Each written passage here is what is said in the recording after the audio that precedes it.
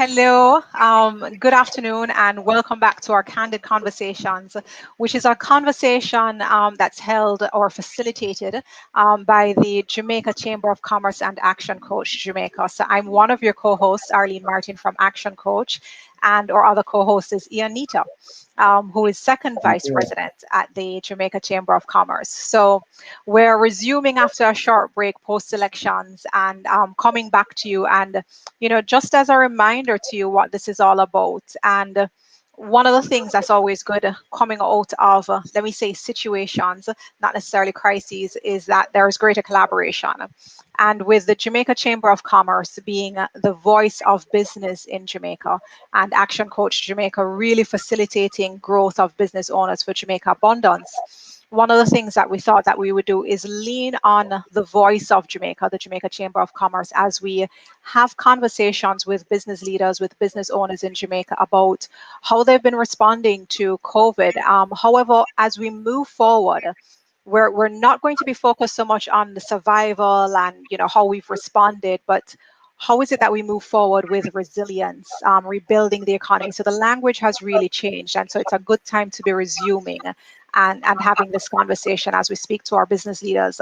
And we'll let you know too about business tips later. But we're going to continue our conversations. And today what we're going to be doing is having a conversation and sharing more with you, our audience, about some of the things we've already discussed and where we are with some of the sectors that we have already talked about. So, Ian, we have had discussions with tourism, we've spoken about agriculture, logistics, finance.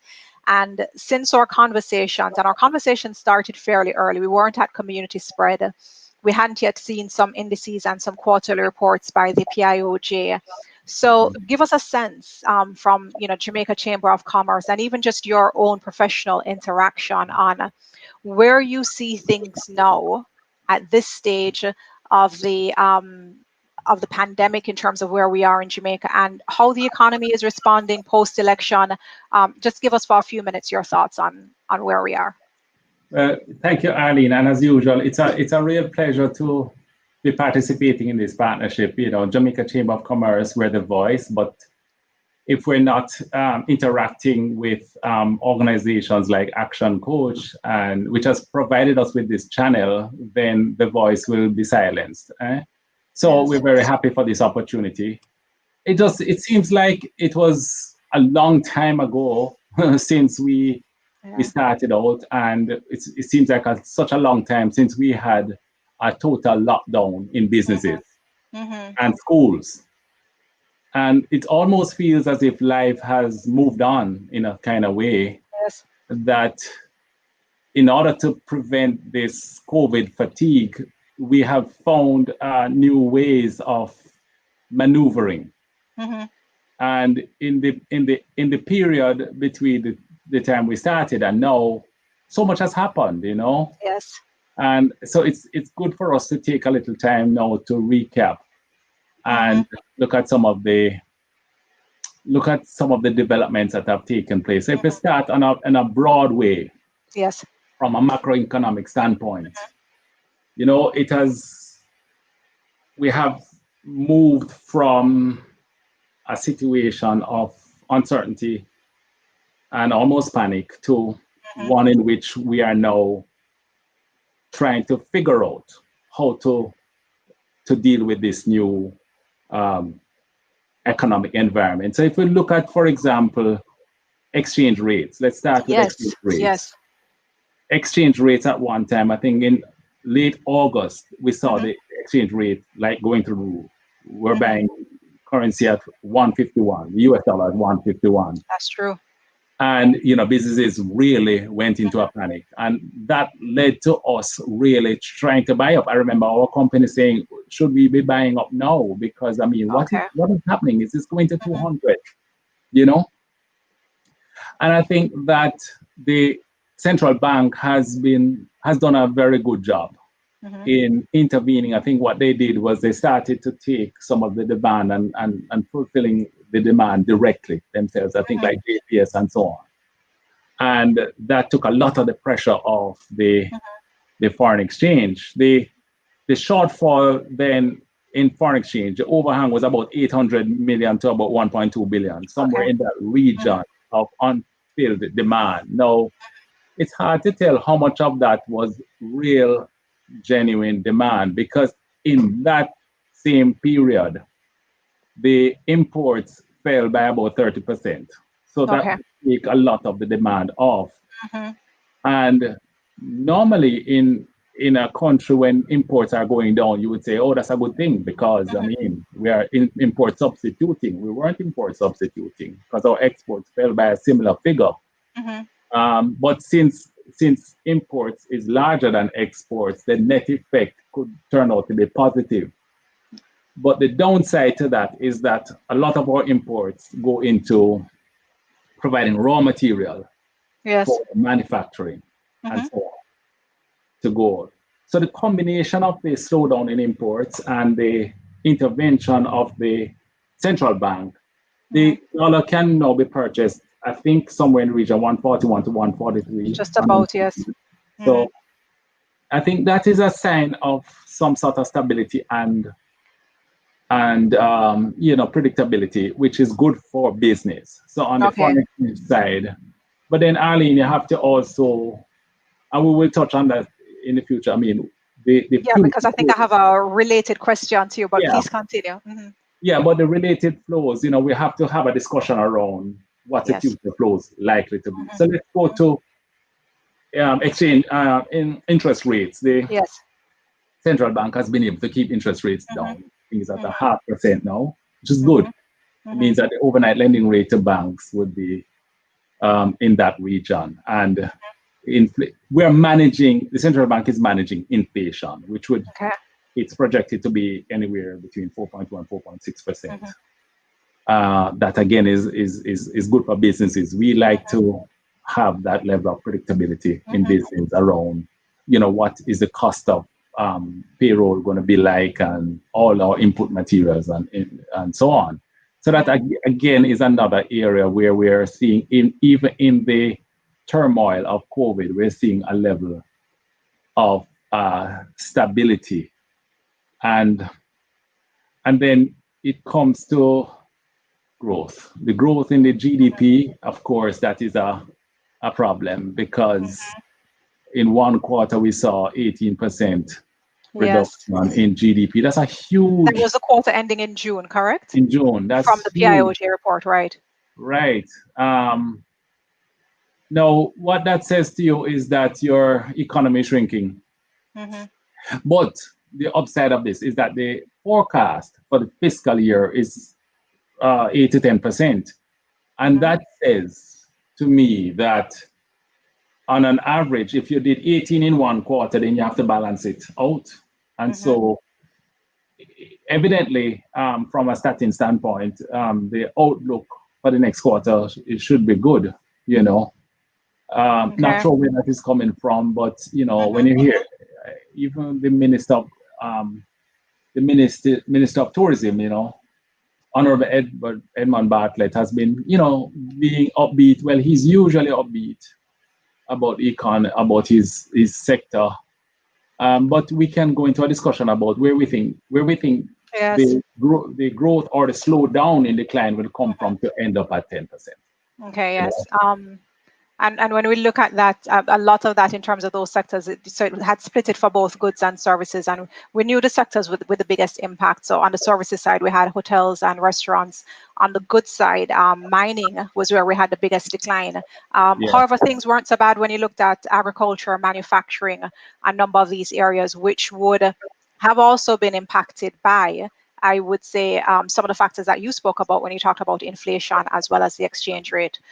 You mentioned with the exchange rate about, the supply for raw material because we're bringing things in. What would that have meant? However, the good thing, as you're saying, is that there is some stability now. I So, think so. And because we are so vulnerable to externalities of what happens mhm, in other economies, mhm, the foreign direct investment has declined yes. significantly. Mhm, I think that went down somewhere in the region of maybe about 40% mhm, in the foreign direct mhm, investments. And of course, it is about a wait and see approach that is taking place. But I don't know how much of that has to do with new projects and how much of that has to do with a stalling of existing projects.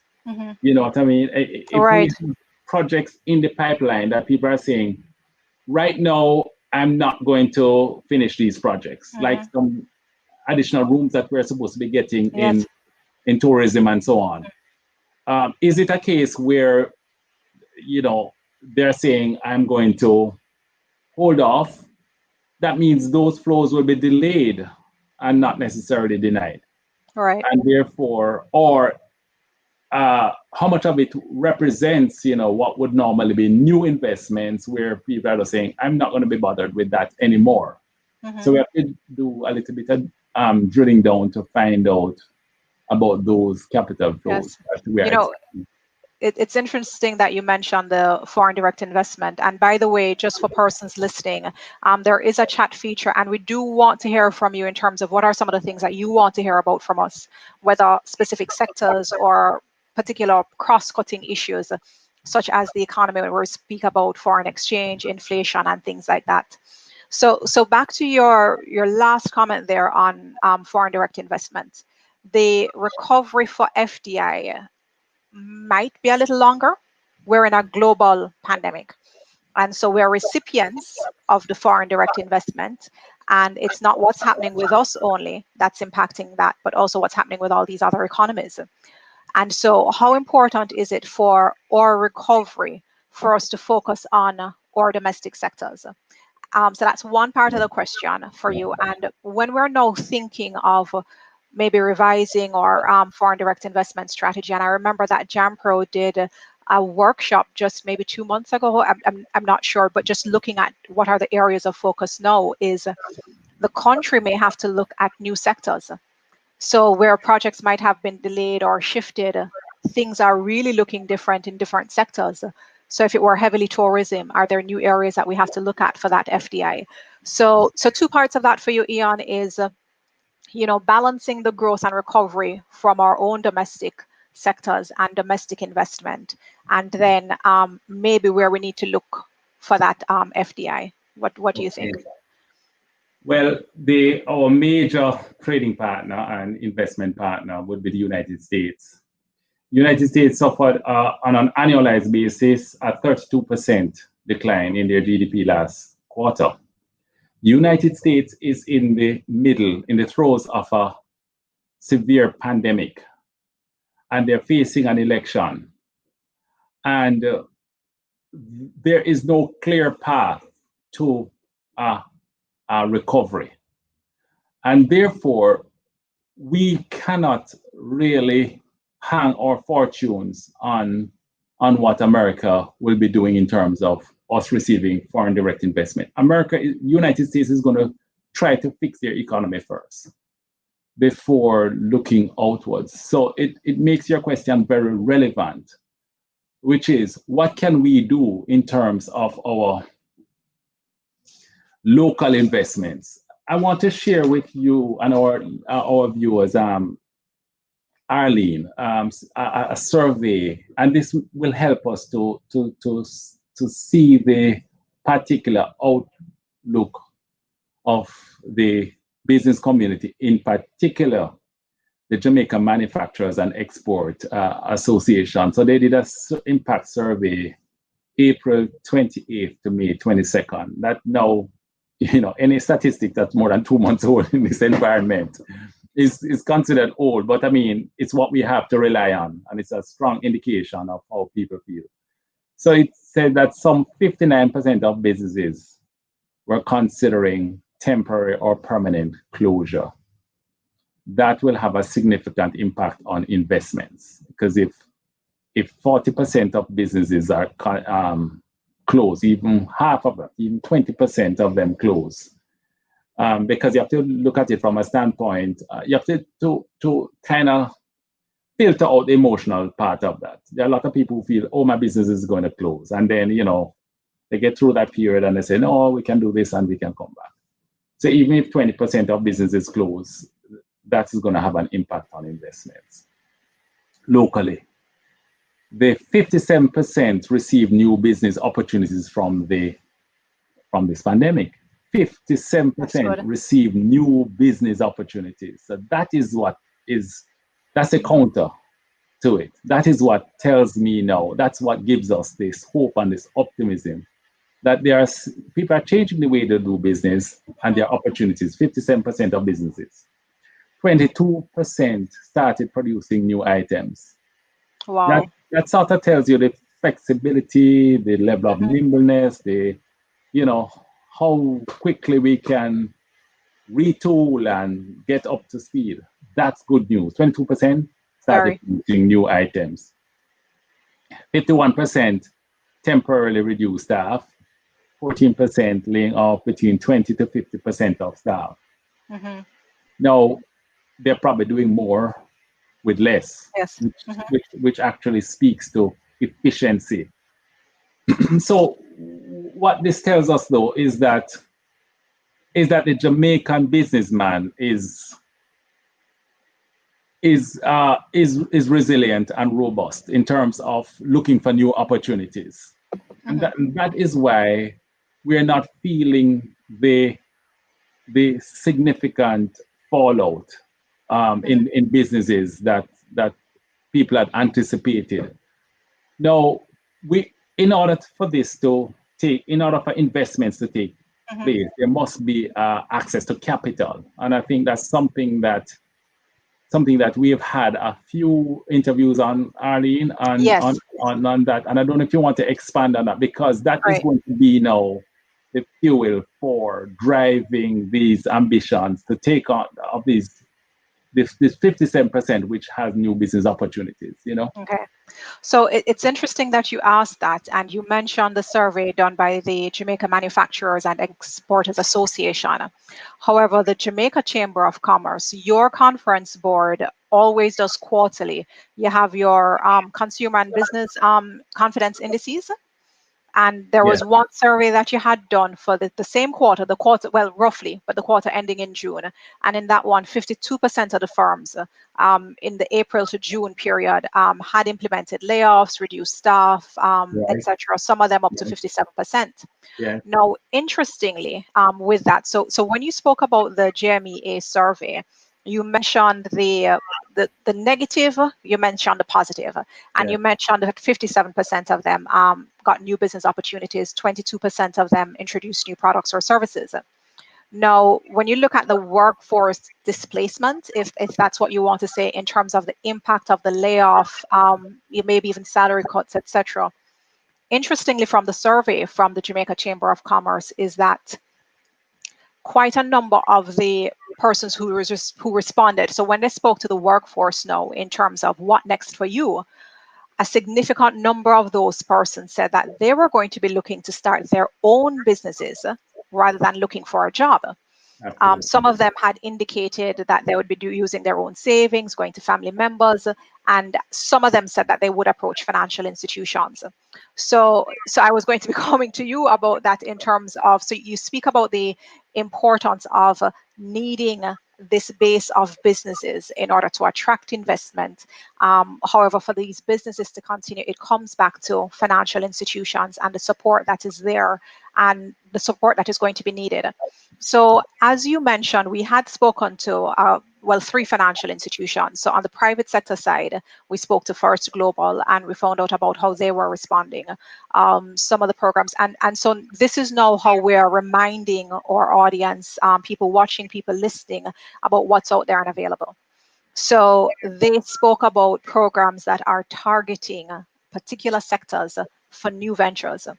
Yeah. And they were looking at new ventures entirely, but there was also the opportunity for existing companies that were doing new things to go to banks. And I'm not saying that it's only First Global that you go to. It's just that we had a conversation with First Global and we know about some of their products, some of the things that they've been innovating on.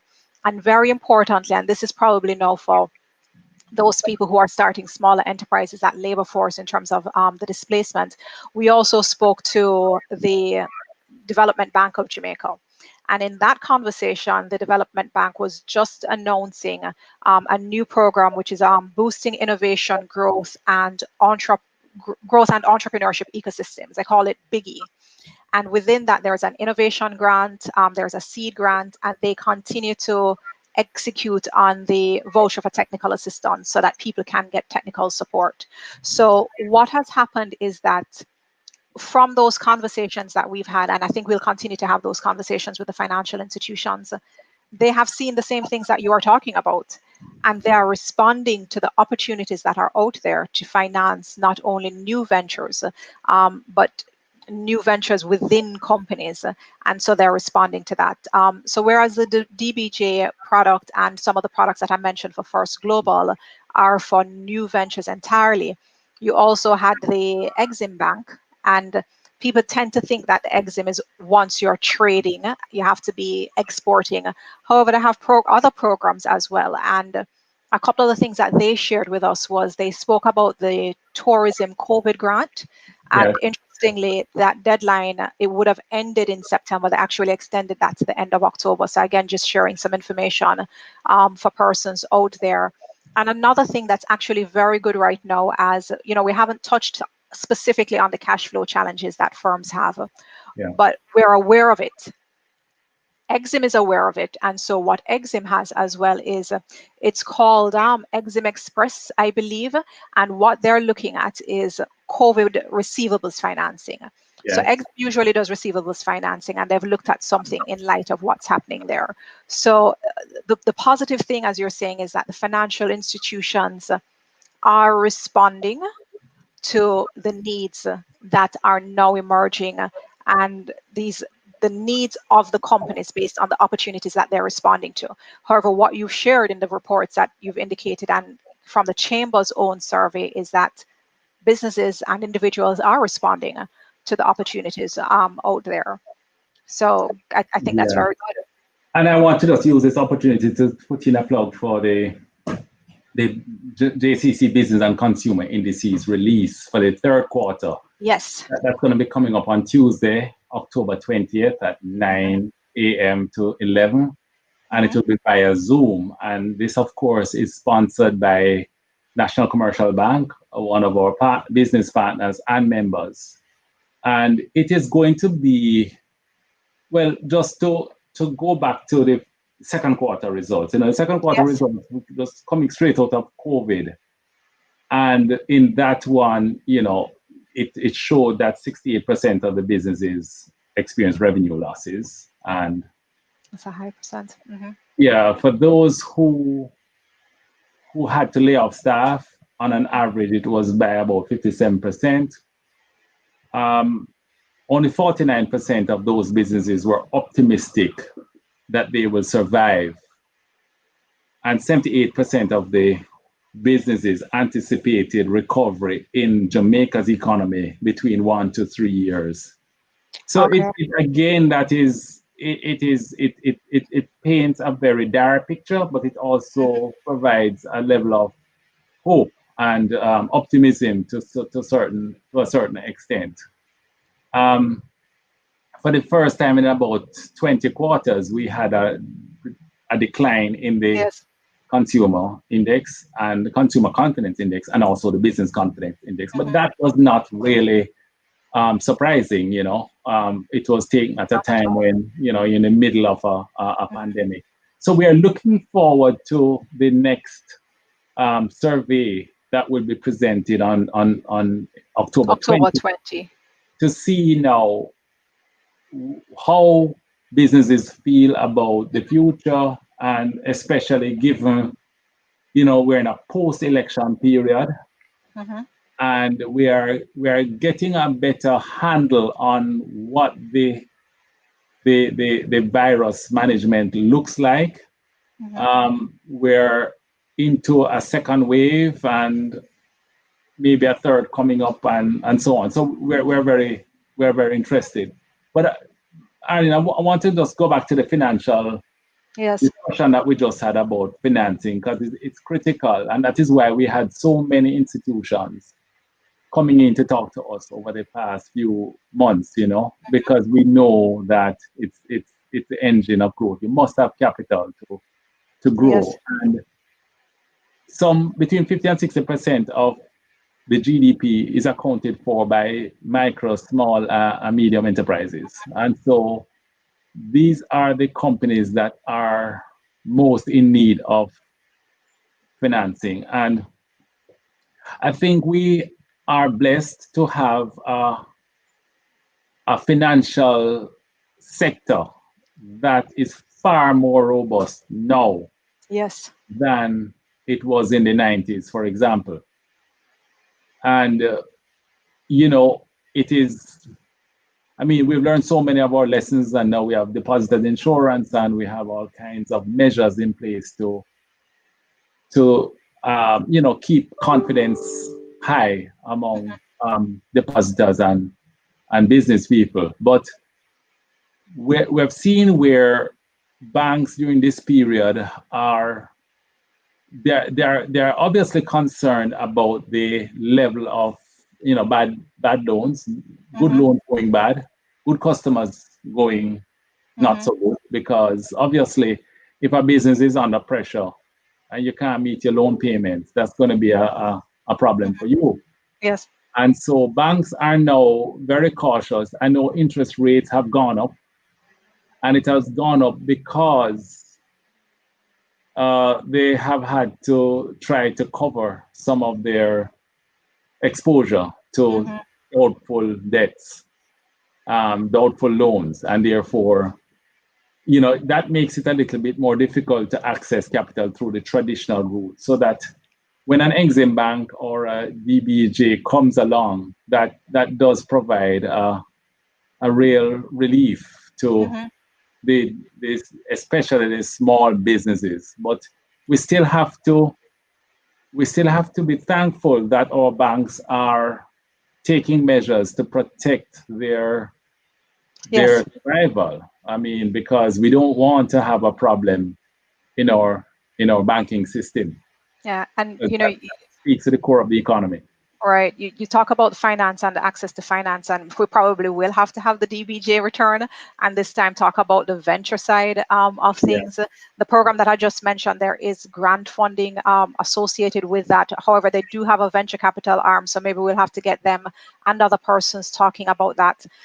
Very important side to that access to financing is now the businesses capacity for managing cash, developing strategy, some of the things that the financial institutions need to be able to trust them, to be able to build that relationship in terms of making a good decision and managing the relationship that they have, and not just about the loans. yeah, So, and this is where Action Coach comes in. And not Action Coach on our own necessarily, because we work with individual companies. However, we work with financial institutions and we partner with them for the capacity building of their business owners, so that their business owners have are better able to manage the loans, to manage their businesses for financing. You know, it's interesting. One of our clients was sharing recently in one of our sessions, and this business owner said, you know, had I not gone through this Action Coach program, I don't think I'd have survived. oh, But had I done it because I knew about cash management and because I'd taken my business to a particular stage, I honestly think that's the only reason. So you will hear from Action Coach soon, because we're continuing to work with our partners in the financial sector for them to be able to strengthen, support, assist their businesses now on the capacity side. So we're addressing that area that you're talking about in terms of loan performance, because sometimes it comes around to the capacity side. And, you know, bridging that, businesses should reach out to DBJ for the voucher for technical assistance, to get a voucher for the business plan, for the auditing, for the marketing, for web design. There are so many things that these institutions and partners are doing to help businesses. So I think we really have to keep that going. But let me ask you, Ian. So we've spoken to tourism. yeah, Interestingly, agriculture has come up quite a bit. So when we yes, first spoke to the minister, he spoke a lot about agriculture, interestingly. Then we spoke to Rita Hilton in the agriculture sector. We heard about loan programs targeting agriculture, just really popular. And in tourism, we spoke about agricultural linkages. And we saw post-election where agriculture now is its own ministry. I don't know if that's a sign in terms of the importance or the significance that agriculture is now having. It's one of the sectors that didn't have too much of a dip at the time that the previous PIOJ report came out for the quarter ending in June.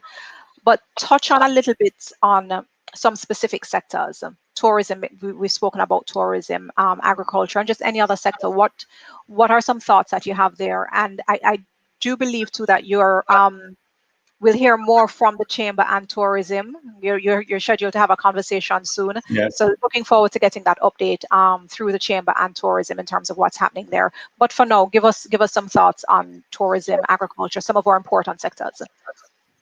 Well, let me just start with some of the. I'll come to those two important sectors. But Okay. one sector that used to be very important for us was mining and alumina. Yes. The alumina sector, bauxite and alumina, that has taken a nosedive. 30%, I think. One of the biggest demand for aluminum is in the airline industry, obviously. Yes. And we know what has happened to that industry. So that is going to take a while for that to recover. And so that decline has impacted us quite a bit. The other major area in our economy is remittances. Remittances. Yes. You know, strangely enough, in June, remittances recovered they grew by 42% in June, having had a decline in the first quarter. It does not, well, a lot of that came because the stimulus checks were going out. Right. Those checks have been suspended now, and the U.S. Congress has not been able to get put together a deal on that. So I expect that it will take another dip, the remittances. And therefore, it means that we now have to go to look at agriculture and tourism. Agriculture, we spent quite a bit of time on it, and it is one of the industries that was least affected by the reduction in GDP, and also manufacturing. Right. A part of that obviously was because the demand for agricultural produce, it went up during the lockdown, and people just started to support the local industry a lot, and it should inform movement towards self-sufficiency in feeding ourselves. Yes, that's an excellent point. There's a lot we can do still to encourage investment in agriculture. There are some big projects on the drawing board, and I don't know what the status on those now. What we should as best as possible try to encourage those. But agriculture and tourism are codependent, Yes. Because obviously the supply to the tourist trade is important for agriculture. And so if we can get tourism going again, agriculture will be buoyed by that. And, talking about tourism is so interlinked with every other aspect of our economy, even banking. Yes. We know transportation, tour operators, attractions, airlines, hotels, restaurants, everything it touches on. And so it's very important that we focus on getting our tourism back to good health. And speaking of health, I think the health and safety protocols that were introduced in tourism have been just stupendous. I think that, I don't know if you've been into a tourism establishment. It's like it's like you're in a sterile environment, everybody is having their face shield, their mask, their sanitization, they're taking it very serious, social distance. In fact, they have said that since we reopened on June 15th, there has been not one transmittal of the virus from a visitor to any of our Yes. workers. That's an important statistic. It just tells me that we're doing a good job in there. And of course, we developed the resilient corridor that is it's supposed to be a safe zone, you know, so you can travel Yes. from your hotel to your attraction and back and all of that. So that I think is also And we score very high, and of course, which is good because other industries can learn from them as well. So that's a good absolutely, point. Thanks. yeah. But you know, talking about other I don't go anywhere in Jamaica in a public environment and don't see everybody, you know, with their mask, and you have to take your temperature and your sanitizer and all of that. I just think that we're doing fairly well in our public spaces. I think where we fall down sometimes is on the, you know, having parties and all of that kind of thing, Yes. and the funerals and weddings and so on. But I think generally speaking, we as a people, we have really adapted very well to some of these measures, Yes. you know. And you know, speaking of measures and what's important in some sectors where we have high interaction, there's high interaction in retail. Yes, And retail is very important because we speak about the number of jobs in tourism. We also speak about the number of jobs in the retail sector as well. And so we absolutely. have spoken to players in tourism next week. So a week from today, we are going to be talking to retail, and we're going to be hearing from clothing retail. So we're speaking to Mars. Yes, So we'll learn about even how they're investing through this time, which is a great story. Looking forward to speaking to them. And then we're going to be speaking from the lifestyle side with a couple of the Unicoma brands as well. So we will hear about retail next week. Again, one of our critical sectors. And we'll continue talking to other sectors. We're going to be talking to real estate. We're going to hear about insurance in terms of what's happening. And again, just want to reach out to persons to say, what are some of the sectors that you want to hear us talk about? And if not sectors, what are some topics? Is it entrepreneurship? Is it starting up? Because we're hearing about new businesses, innovation. Who do you want to hear from? So we really want to encourage people to reach out to us, participate, and let us know what some of those things are. So talk to us, because you started indicating, you know, this is where we are. What about moving forward? So right. please continue. So I'm so looking forward to those conversations that you've outlined, and because it does provide us with the source of information and content that we need to share with our membership. So really looking forward to that. And you spoke about retail a while ago, and I don't know if we knew that, like, Price Smart had a 11% growth during this Wow. period in retail. So retail has been doing very well during this time as well. So back to tourism, though, I think that tourism, we're going to have to rely sort of disproportionately on tourism to take us out of this particular situation. And the reason I say that is because tourism that sector is one of the few sectors that can turn around very quickly. You know, Okay. you just start to get visitors back into Jamaica because the infrastructure is there already. Yes. It's there already. In manufacturing, sometimes when you have a downturn, you lose markets. You have to reestablish markets, and you know, you have raw materials to deal with. You have machines to start back up, and so on. The tourism is one of the few areas that we can really move forward. But for that to happen, I think we need this rapid test immediately. We need to do the investment to get this rapid test so that when visitors come here, they can get a result in 5 minutes or 15 minutes, and you know, just get on with their vacation. That's going to be important. I think we're going to have to, and of course, the minister announced this insurance that tourists will have, and you know, Yes. if you get sick, you can fly them out, and all of that.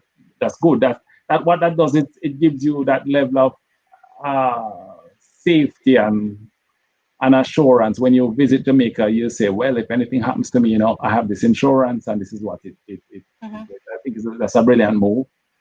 I think we need to continue to focus on the staycation.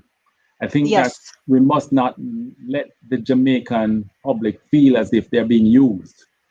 That, when you're down, I need you, but when things are back up, you can't even come into my hotel. We Hmm. need to continue to encourage Jamaicans to vacation here. It is a Yes. new market for tourists, and we must encourage that. And we should enjoy our own country. And we must enjoy our own We country. should It's so, invest in and spend in and support. It's just another sector for us to support. absolutely, it is going to be critical going forward.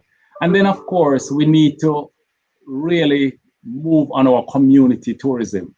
We need to Yes.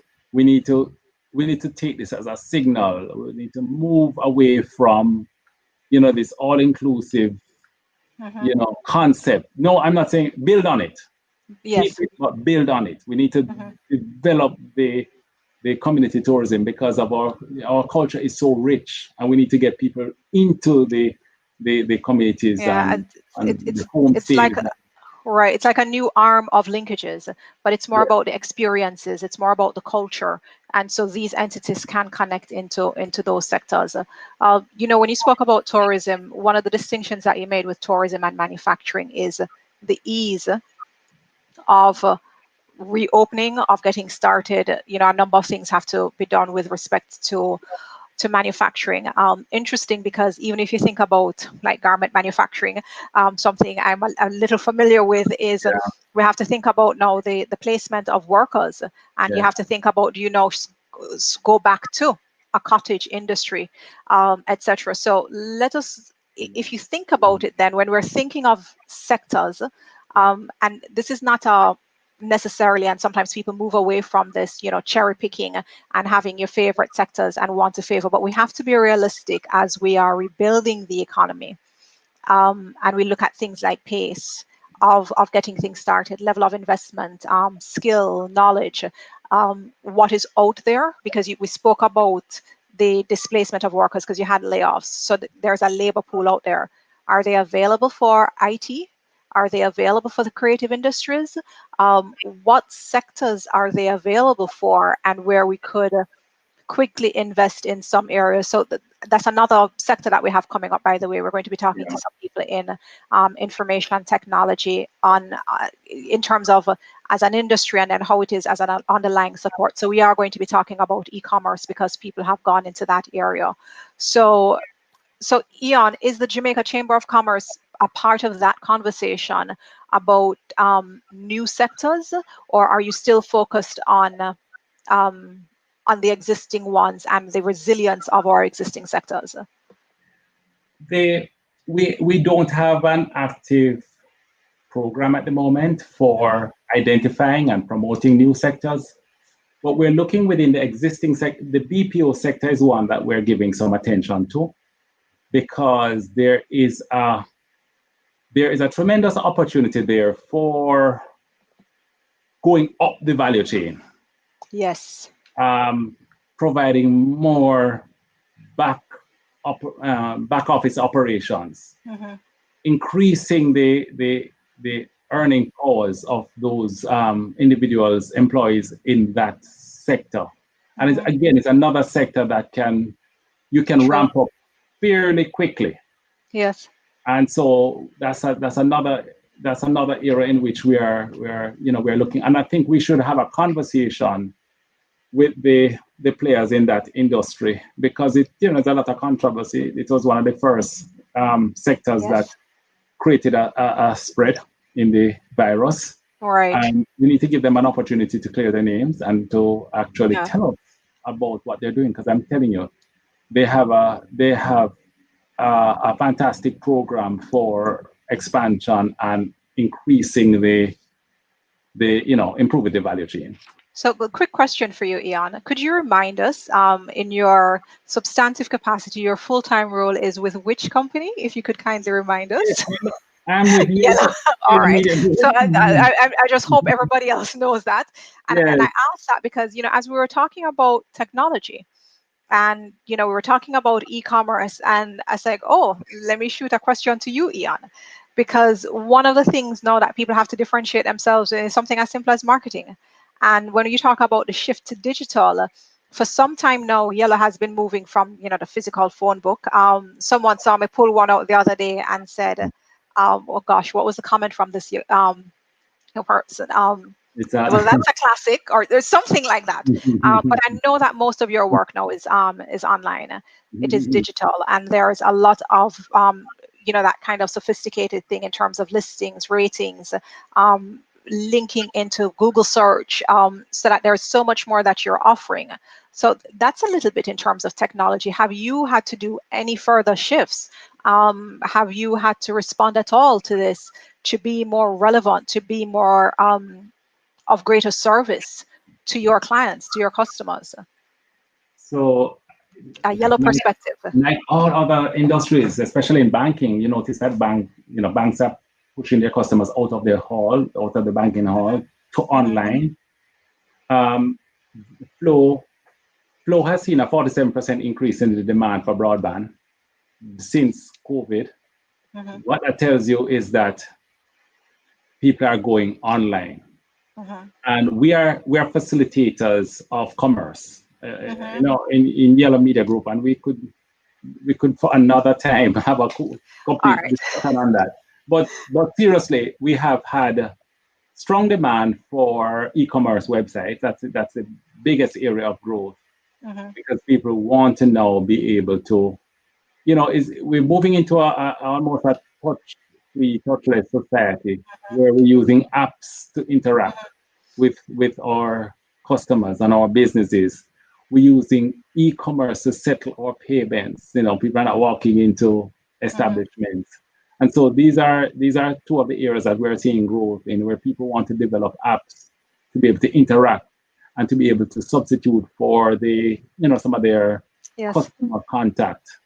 And so it's a very dynamic time. I mean, we've seen some reduction in advertising spend, because it's one of the areas where people will, it's a discretionary spend. It's a very vital spend, because it is one of the spends that can take you out of a difficult situation like this. Yeah, that's true. Yeah. So we'll have a conversation. We will have a conversation on that. So as we say, one of the topics that we're going to be talking about when we talk about technology, I think we're going to have a 3-part on technology, because we want to talk about the movement of goods with logistics, but we want to talk about too the movement of services. Is how else do you deliver your services leveraging technology? And we're going to be talking about e-commerce. So looking forward to your special participation, that based on how it is that you can contribute to that conversation as well. So, as we said to our listeners, we have a number of conversations that are coming up in our Candid Conversations series. We start next week with retail.